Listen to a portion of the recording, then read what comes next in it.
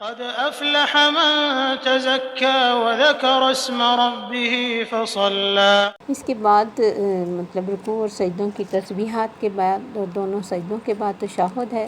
نبی صلی اللہ علیہ وسلم جب معراج پہ تشریف لے کے گئے تو اللہ تعالیٰ نے اپنے نبی سے پوچھا، میرے نبی میرے لیے کیا لے کے آئے ہو؟ تب اللہ کے نبی نے یہ دعائیں پڑھی تھی، التحیات للہ والصلوات والطیبات، سب میری قولی یعنی زبان سے جو میں کہتا ہوں، بدنی جو جسم سے ادا کرتا ہوں، اور مالی جو مال سے کرتا ہوں، سب عبادتیں صرف اللہ کے لیے خاص ہیں۔ تب اللہ نے آگے سے فرمایا، السلام علیکہ ایھا النبی، سلام ہو تجھ پر اے نبی، ورحمۃ اللہ وبرکاتہ، اللہ کی رحمتیں ہوں اور برکتیں ہوں۔ اس کے بعد یہ ہم اپنے لیے خود دعا کرتے ہیں، اور اس میں یہ دیکھیں کہ کوئی بھی ہمارے جسمانی، ذہنی، روحانی یا مالی کس طرح کی بھی تکلیف ہو، اور اگر ہم اس دعا کو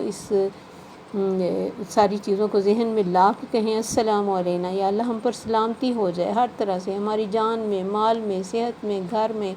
زندگی میں، تو یہ بہت اچھی دعا ہے۔ اور اس کے بعد ہم جو کہتے ہیں وَعَلَىٰ عِبَادِ اللَّهِ الصَّالِحِينَ، دنیا میں جتنے بھی نیک لوگ دنیا سے چلے گئے ہیں جن کو ہم نہیں جانتے یا جانتے ہیں، سب کو اللہ ہماری یہ سلامتی کی دعا پہنچاتے ہیں، اور یہ بہت خوبصورت اور تحفہ ہے جو ہم ہر نماز میں اپنے نیک بہن بھائیوں کے لیے بھیجتے ہیں۔ اس کے بعد ہے اشہد ان لا الہ الا اللہ، میں گواہی دیتا ہوں کہ اللہ کے سوا کوئی معبود نہیں، صرف اللہ ہی ہے، اور میں گواہی دیتا ہوں کہ ان محمد عبدہ و رسولہ، محمد صلی اللہ علیہ وسلم اللہ کے بندے اور اس کے رسول ہیں۔ اس کے بعد درود ابراہیمی ہے، جس کا مطلب میں آپ کو بتا دیتی ہوں، بہت سارے لوگوں کو پتہ ہی ہوگا۔ اللہم صلی علی محمد، اے اللہ رحمت فرما محمد صلی اللہ علیہ وسلم پر، وعلی آل محمد، اور آل محمد پر، جس طرح تو نے رحمت فرمائی ابراہیم علیہ السلام پر اور آل ابراہیم علیہ السلام پر، بے شک تو تعریف کیا گیا۔ جو درود شریف کے بعد ہم پڑھتے ہیں، اس میں سب سے پہلی دعا ہے اللہم انی اعوذ بک من عذاب القبر، کیونکہ قبر جو ہے وہ سب سے پہلی منزل ہے انسان کے مرنے کے بعد، اسی سے انسان کی کامیابی یا ناکامی جو ہے نا وہ واضح ہو جائے گی۔ قبر میں اٹھتے ساری مطلب دفن ہوتے ہی ابھی جو انسان دفن ہوتا ہے وہ واپس آنے والوں کی جوتوں کی آواز تک سنتا ہے، اتنی جلدی اس کو بٹھا لیا جاتا ہے، اور اس سے پھر اسے لگتا ہے اس ٹائم کے جیسے عصر کی نماز، جو نیک ہوتا ہے وہ کہتا ہے مجھے عصر کی نماز پڑھنے دو، تو فرشتے کہتے ہیں نہیں اب عصر کی نماز نہیں پڑھنی۔ وہ اس سے پھر سوالات کرتے ہیں، من ربو کا، من دینو کا، تو من نبیو کا، تیرا رب کون، تیرا دین کون سا، تیرا نبی کون سا۔ اور یہاں اللہ کی رحمت سے جس کو بھی اللہ جس کے لیے احسان کریں گے انشاءاللہ، تو اس کے منہ سے آٹومیٹکلی صحیح جواب نکل جائیں گے، اور اگر وہ نیک ہے تو اس کی قبر کو کشادہ کر دیا جائے گا جہاں تک اس کی نظر جاتی ہے، اور جنت کی طرف اس کے لیے کھڑکی کھولی جائے گی،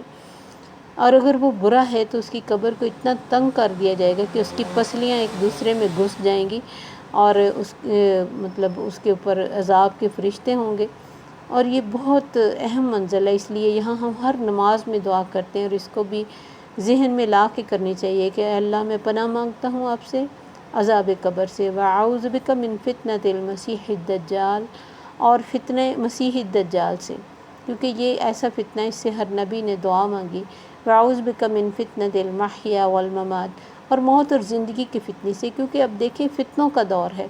زندگی میں بھی بے شمار فتنے ہیں، انسان اس سے پناہ مانگتا ہے کہ یا اللہ ان فتنوں کا شکار میں نہ ہو جاؤں، اور میری زندگی مصیبتوں میں نہ آئے، اور موت بھی میری سکون سے ہوئے، موت بھی مصیبتوں میں نہ ہو اور فتنوں میں نہ ہو کہ میرے اوپر کوئی مسلط ہو جائے یا مجھے بری موت آئے، اس طرح کی ساری چیزوں سے ہم پناہ مانگتے ہیں۔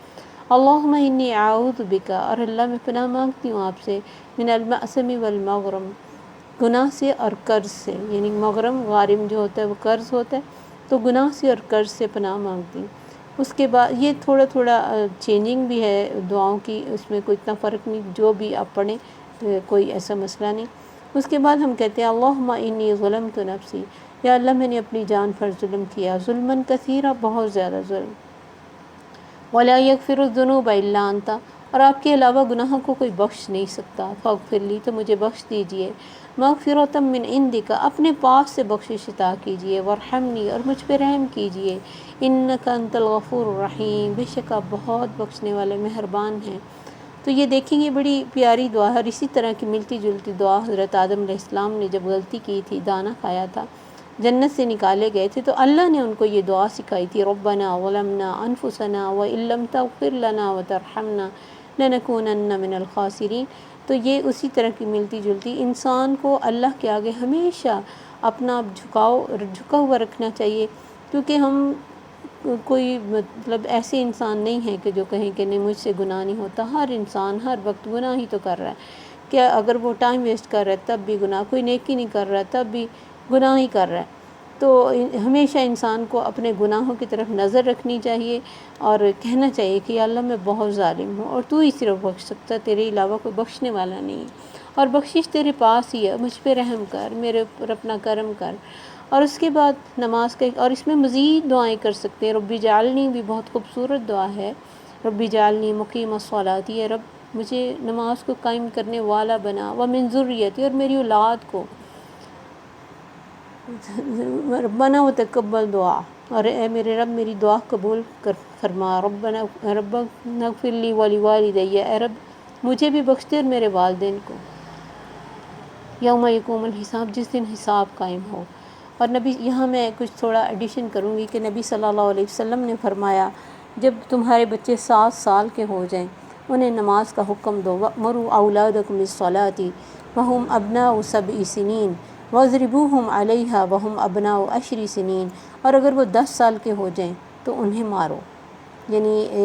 کیونکہ نماز جو ہے ایسی چیز ہے کہ اس عمر میں عادت ڈالنی پڑتی، اس عمر میں کوئی خشوع و خضوع اور یہ چیزوں کی طرف نہیں اتنا دھیان دیا جاتا۔ نماز کی عادت ڈالنا بہت ضروری ہے، انسان بچوں کو ان کا عادی بنائے۔ بہت سارے لوگ جب بچے بڑے ہو جاتے ہیں قرآنوں کو بھی حفظ کر لیتے ہیں تو اس چیز پہ روتے ہیں کہ بچے نماز نہیں پڑھتے۔ اس کی بڑی وجہ یہ کہ ہم نے ان کو 7 ایئرز میں کہنا شروع ہی نہیں کیا ہوتا، اور 7 سال میں کبھی ایک تھپڑ مارا نہیں ہوتا۔ کون سا ماں باپ ہے جسے اتنا فکر ہو کہ میرا بچہ نماز نہ پڑھے؟ اور ہم تو اس کی نیند نہیں خراب کرنا چاہتے، دنیا کی آگ سے ہم اپنے بچوں کو اتنا بچاتے ہیں لیکن وہ آگ جس کے شعلے اونٹ جتنے بڑے بڑے ہیں اس سے بچانے کی ہمیں کوئی فکر نہیں ہوتی، اس کے لیے ہماری بڑی ہمدردی ہوتی ہے۔ حالانکہ یہ ہمارا ظلم ہے بچوں کے ساتھ کہ ہم ان کو دین کا نماز کا عادی نہ بنائیں، کفر سے مسلمانی کی طرف نہ لے کے آئیں، ان کی نیند کو اہم سمجھیں بجائے اس کے ان کی آخرت کی اہمیت ہماری نظر میں ہو، ان کے نماز نہ پڑھنے سے ہمیں غم لگ جائے، یہ کبھی نہیں ہوا۔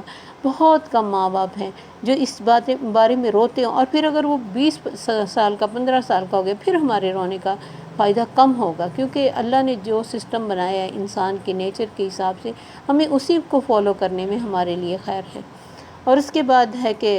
رسول اللہ صلی اللہ علیہ وسلم اپنے دائیں طرف سلام پھیرتے تو کہتے السلام علیکم ورحمۃ اللہ، جو بھی فرشتے اور جو بھی ہمارے آس پاس چیزیں بنی ہیں سب پہ سلامتی ہوتی ہے، اور اس کے بعد بائیں طرف بھی اسی طرح سلام کر کے السلام علیکم ورحمۃ اللہ وبرکاتہ بھی کہا جا سکتا ہے، کوئی مسئلہ نہیں۔ اس کے بعد ہے کہ سلام پھیرنے کے بعد ہمیں تھوڑی بلند آواز میں اللہ اکبر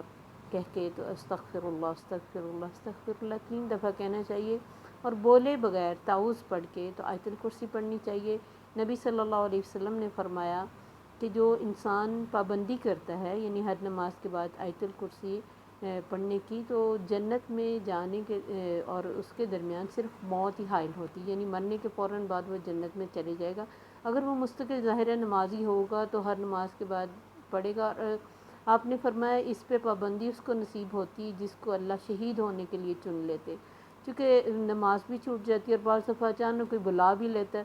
تو اس وجہ سے میں غور کرتی ہوں کہ واقعی اس پہ پابندی جو ہے نا وہ بڑی بات ہے، یعنی اگر کسی کو نصیب ہو تو اس کا اچھا حل یہ بھی ہے کہ نماز کے فوراً بعد اپنے منہ پر ہاتھ رکھ لیں اور کسی سے بات نہ کریں، لیکن کبھی فون آ گیا یا کچھ اس طرح کا ہو جاتا ہے کہ بندے کو بولنا پڑ جاتا ہے۔ اس کے بعد ہے کہ کلمہ چوتھا جو لا الہ الا اللہ وحدہ لا شریک لہ لہ الملک ولہ الحمد، اس کو 3 دفعہ پڑھنا چاہیے۔ اور اس کے بعد ہے ایک دعا اللہم لا مانع لما اعطیت ولا معطی لما منعت ولا ينفع ذا الجد منک الجد، کہ یا اللہ جو تو روک لے کوئی دے نہیں سکتا، اور جو تو دے دے کوئی روک نہیں سکتا، اور تیرے سامنے کسی بھی شان والے کی شان نفع نہیں دے سکتی۔ اس کے بعد ہے کہ نبی صلی اللہ علیہ وسلم نے اپنے ایک صحابی حضرت معاذ رضی اللہ تعالیٰ عنہ کا ہاتھ پکڑا، کہا معاذ مجھے تم سے محبت ہے، کہ اللہ کے نبی مجھے بھی آپ سے محبت ہے، فرمایا کہ یہ کلمات کبھی نہ چھوڑنا، اللہم انت السلام و منک السلام تبارکت یا ذو الجلال والاکرام رب اعنی علی ذکرک و شکرک و حسن عبادتک،